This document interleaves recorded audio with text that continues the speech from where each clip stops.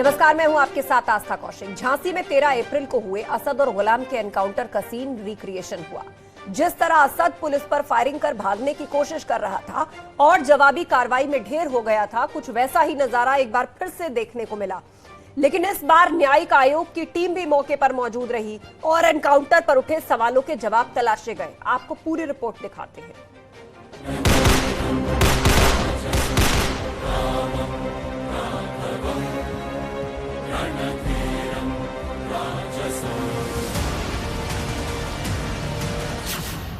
जिसने उमेश पाल पर अंधाधुंध गोलियां बरसाई थी, जिसने गवाह को सरेरा मौत के घाट उतारा था, जिसने 2 पुलिसकर्मियों की हत्या की थी, उस अतीक के बेटे का पुलिस ने 13 अप्रैल को एनकाउंटर कर दिया था।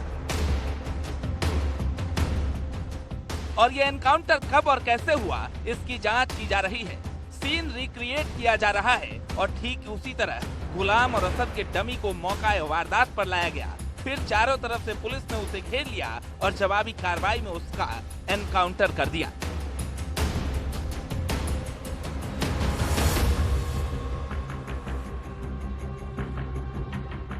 जो तस्वीर आपने पहले नहीं देखी होगी, वो आज देखिए। कैसे असद और उसके साथी गुलाम को पुलिस ने मौत की नींद सुलाया था। माफिया अतीक अहमद के बेटे असद और शूटर गुलाम की झांसी में हुई मुठभेड़ की जांच 2 सदस्यीय न्यायिक आयोग के हवाले कर दी गई है। सरकार ने हाईकोर्ट के रिटायर्ड जज जस्टिस राजीव लोचन मेहरोत्रा को आयोग का अध्यक्ष बनाया है, जबकि पूर्व डीजी विजय कुमार गुप्ता को सदस्य बनाया गया है। और बिना समय गवाए ये टीम झांसी पहुंची और जांच शुरू कर दी। तो अब ये पूरी वो सीन रिक्रिएशन हो रहा है कि जब गुलाम और असद को मार गिराया गया था। अब ये आप देख सकते हैं कि यहाँ पर बाइक गिरी। बाइक गिरने के बाद असद और गुलाम इस जगह पर गिर गए थे और यहाँ से दोनों ने फायरिंग करनी शुरू कर दी थी। ये सीन रिक्रिएशन है। ये सीन रिक्रिएशन का पूरा शॉट चल रहा है। तो अब कहीं ना कहीं आप समझ सकते हैं कि ये वो जगह थी, एनकाउंटर साइट, जहाँ पर आकर के अब टीम पूरा सीन रिक्रिएशन कर रही थी। असद और गुलाम के एनकाउंटर पर कई सवाल उठे, जिसके अब जवाब तलाशे जा रहे हैं। झांसी में होने की सूचना कैसे मिली? क्या दोनों अतीक अशरफ को छुड़ाने गए थे? घटना से जुड़े कितने सबूत पुलिस के पास? असद और गुलाम की किसने मदद की? बाइक की चाबी कहाँ है? बाइक किसके नाम पर है? न्यायिक आयोग की टीम सीन रिक्रिएशन के साथ ही अब इन सवालों के जवाब तलाश रही है, क्योंकि 5-5 लाख के इनामी दोनों शूटर्स के एनकाउंटर के बाद से सवाल उठाए गए थे, जिसके जवाब में कहा गया था कि दोनों अतीक और अशरफ को छुड़ाने की प्लानिंग पर काम कर रहे थे। और जैसे ही दोनों की सूचना पुलिस को मिली, पुलिस ने पहले तो दोनों को गिरफ्तार करने की कोशिश की और फिर जवाबी कार्रवाई में उसका एनकाउंटर कर दिया, जो सीन रिक्रिएशन में भी साफ नजर आ रहा है।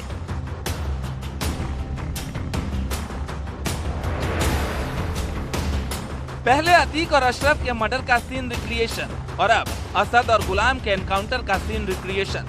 इससे एक बात तो साफ है कि पुलिस उमेश पाल हत्याकांड से लेकर अतीक और अशरफ मर्डर की थ्योरी को बिल्कुल आईने की तरह साफ रखना चाहती है, जिससे आगे की कार्रवाई में कोई परेशानी न हो, क्योंकि उमेश पाल हत्याकांड के 3 अहम किरदार अभी पुलिस की पहुंच से दूर हैं, जिसे पकड़ने के लिए पुलिस शहर शहर खाक छान रही है। Bureau report, news 18।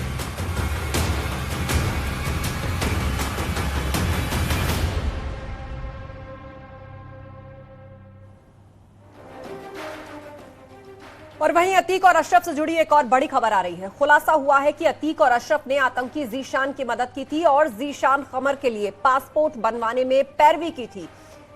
साथ ही दोनों भाई आईएसआई के भी मददगार थे, क्योंकि शूटआउट से पहले पुलिस पूछताछ में अतीक अशरफ आईएसआई के आतंकी जीशान की मदद कर चुके थे। वहीं उमेश पाल हत्याकांड में जिस बेटे असद को लॉन्च करने की तैयारी अतीक ने की थी, उसी असद की एक गलती ने उसको हत्याकांड का मेन विलन बना दिया। इसके बाद उसका पुलिस ने झांसी में एनकाउंटर भी कर दिया।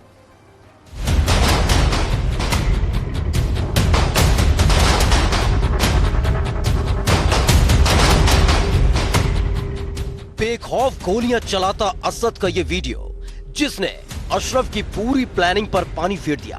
अशरफ ने भतीजे असद को पुलिस से बचाने के लिए फुल प्रूफ प्लान तैयार किया था असद के चेहरे को ढकने के लिए एक मंकी कैप मंगवाई गई थी। असद को गाड़ी में ही रहने की हिदायत दी गई थी। उसे मंकी कैप पहनकर गाड़ी में ही बैठे रहने को कहा गया था, लेकिन असद ने गाड़ी से बाहर निकलकर सारे प्लान पर पानी फेर दिया। जब हत्याकांड का अंजाम देने की साजिश की जा रही थी, उस वक्त ये प्लान किया गया था कि अतीक के बेटे असद को एक मंकी कैप पहननी है ताकि वो किसी भी सीसीटीवी फुटेज में ना आए। लेकिन हत्याकांड के दौरान असद स्वयं गाड़ी से उतरकर बाहर आ गया ताकि लोग उसको उमेश पाल पर ताबड़तोड़ गोलियां बरसाते हुए देखें और खौफ में आ जाएं। खबरों के मुताबिक पुलिस को मंकी कैप मिल गई है। पुलिस को यह भी पता चला है कि हत्या से पहले असद ने अपना मोबाइल और एटीएम अपने पास से हटा दिए थे ताकि पुलिस को उसके मोबाइल लोकेशन के बारे में पता न चल सके। असद ने अपना मोबाइल और एटीएम कार्ड लखनऊ के अपने खास गुर्गे आतिन जफर को दे दिए थे।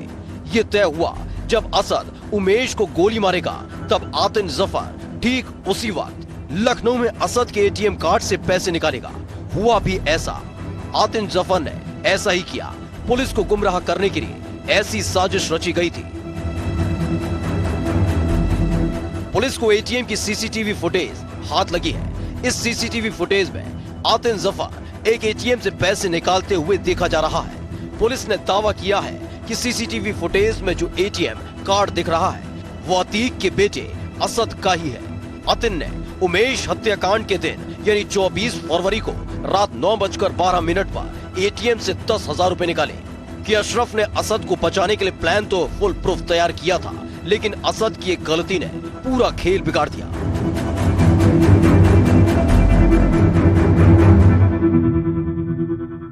इंटेलिजेंस रिपोर्ट में ये बात भी सामने आई है कि अतीक का बेटा असद इस हत्याकांड के जरिए न सिर्फ प्रयागराज के लोगों में अपनी धमक बनाना चाहता था, बल्कि अपने परिवार में भी खुद को साबित करना चाहता था। इंटेलिजेंस रिपोर्ट की माने तो अतीक का सबसे बड़ा बेटा उमर, जो इस वक्त लखनऊ जेल में बंद है, वो सेंट जोसेफ का टॉपर था, जबकि चौथे नंबर का बेटा अजन, जो इस समय बाल सुधार गृह में बंद है, ये दोनों बेटे अतीक की आंखों के तारे थे। ऐसे में असद को लगता था कि अगर वो किसी बड़े हत्याकांड को अंजाम देगा तो वो अतीक और अशरफ का उत्तराधिकारी बन सकता है।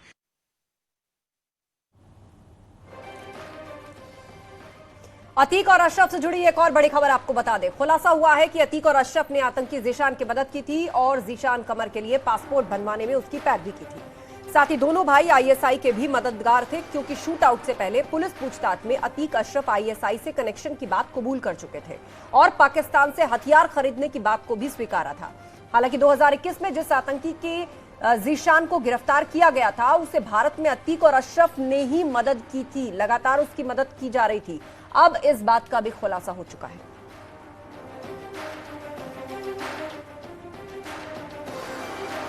अतीक अहमद और उसके भाई अशरफ के आईएसआई कनेक्शन पर अब एक और दस्तावेज सामने आ गया है, जो इस पुलिस बल की उस थ्योरी पर मुहर लगाता है कि ये दोनों आईएसआई के संपर्क में थे। दरअसल इसी इलाके से आतंकी जीशान की गिरफ्तारी हुई थी और उसी जीशान के पासपोर्ट के लिए अशरफ ने अपने लेटर हेड पर लिख कर दिया था। ये वही इलाका है जहां से जीशान की गिरफ्तारी हुई थी और जीशान आईएसआई के लिए काम करता था। इसके लिए न्यूज 18 के पास सबसे बड़ा सबूत वो लेटर है जो अशरफ ने पासपोर्ट अधिकारी को दिया था, जिसमें जीशान कमर की पासपोर्ट को बनाने की बात कही थी। जीशान को पाकिस्तान में हथियार चलाने और प्रयागराज में रहकर आतंकी गतिविधियों को बढ़ाने के लिए ट्रेनिंग दी गई थी। ट्रेनिंग के बाद वह कुछ साथियों को लखनऊ के रास्ते प्रयागराज लाया था और नैनी स्थित पोल्ट्री फार्म में छुपा दिया था। वह ऑनलाइन खजूर बेचने के बहाने ये पूरा नेटवर्क चला रहा था। 2021 में जीशान कमर को इसी इलाके से, इसी मोहल्ले से गिरफ्तार किया गया था। पुलिस ने ये बात पहले कही थी कि ये अतीक और अशरफ लगातार आईएसआई के संपर्क में थे। ये वहां से इलीगल वेपन्स यानी अवैध हथियारों का व्यापार करते थे, जो पंजाब में ड्रोन्स के जरिए गिराए जाते थे और फिर उनको डिस्ट्रीब्यूट किया जाता था। अब जब ये लेटर सामने आया है तो ऐसे में उस बात पर मोहर लग गई है और पुलिस बल की थ्योरी को बढ़ावा मिला है। जीशान कमर की 2021 में गिरफ्तारी हुई थी। उसने न सिर्फ पाकिस्तान में ट्रेनिंग ली बल्कि प्रयागराज में भी अपने नेटवर्क को बढ़ाया। लखनऊ से कई अपने साथियों को लेकर प्रयागराज के नैनी स्थित पोल्ट्री फार्म में छुपा दिया था। कैमरा पर्सन योगेंद्र के साथ शुभम प्रताप, नेटवर्क की टीम, प्रयागराज। उधर जांच एजेंसियां उमेश पाल शूटआउट केस के नामजद शूटर गुड्डू मुस्लिम के बेहद करीब पहुंच गई हैं और कभी भी उसकी गिरफ्तारी हो सकती है। जांच एजेंसियों को पुख्ता तौर पर जानकारी ये मिली है कि गुड्डू मुस्लिम पश्चिम बंगाल के मुर्शिदाबाद या आसपास की किसी जगह पर छुपा हुआ है। इसको लेकर जांच एजेंसियों की टीम पिछले 3 दिनों से पश्चिम बंगाल में कई जगहों पर छापेमारी कर रही है। ये भी आशंका जताई जा रही है कि गुड्डू मुस्लिम के साथ अतीक अहमद की फरार पत्नी शाइस्ता परवीन भी हो सकती है।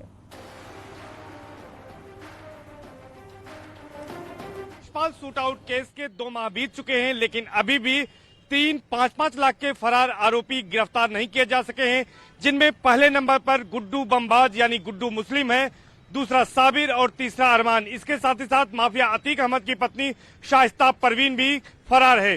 सूत्रों के हिसाब से इस वक्त की सबसे बड़ी जानकारी न्यूज 18 के पास आ रही है कि गुड्डू मुस्लिम पश्चिम बंगाल में कहीं छिपा हो सकता है। जांच एजेंसियां उसके करीब तक पहुंच गई हैं। गुड्डू मुस्लिम मुर्शिदाबाद के आसपास के इलाकों में छिपा हुआ है।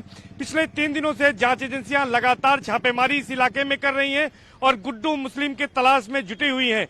पता यह भी चल रहा है कि गुड्डू मुस्लिम के साथ ही अतीक अहमद की फरार पत्नी 50,000 की इनामी शाइस्ता परवीन भी हो सकती हैं। हालांकि यह बात अभी पुख्ता नहीं है, लेकिन जांच एजेंसियों के साथ ही साथ महिला पुलिसकर्मियों की टीम को भी लगाया गया है। अगर शाइस्ता परवीन गिरफ्तार होती है तो उसे भी पकड़कर लाया जा सके।